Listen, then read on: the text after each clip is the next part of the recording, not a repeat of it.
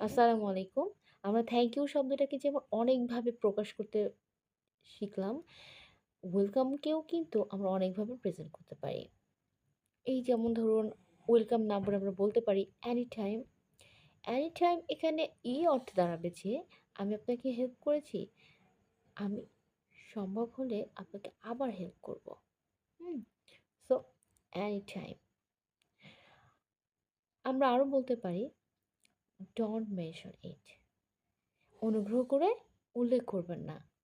হ্যাঁ? অনুগ্রহ করে আপনি এটা বলবেন না যে, আমি আপনাকে হেল্প করেছি বা থ্যাংক ইউ।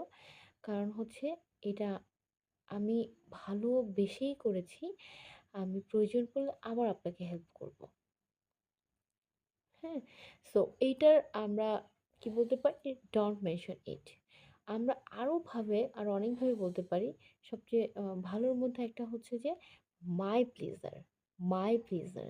এটা হতে পারে সবচেয়ে বেস্ট একটা অ্যান্সার যে, মাই প্লেজার। মাই প্লেজার শব্দটার অর্থ দাঁড়াচ্ছে এরকম যে, আমি যে আপনাকে হেল্প করেছি, এটা শুধুমাত্র আপনার জন্য না, এটা আমার ভালো লাগা থেকেই আমি আপনাকে হেল্প করেছি। সো ওকে হেল্প করতে পেরে আমার নিজেরও অনেক ভালো লেগেছে। হ্যাঁ? সো সবচেয়ে বেস্ট কি হয়ে গেল?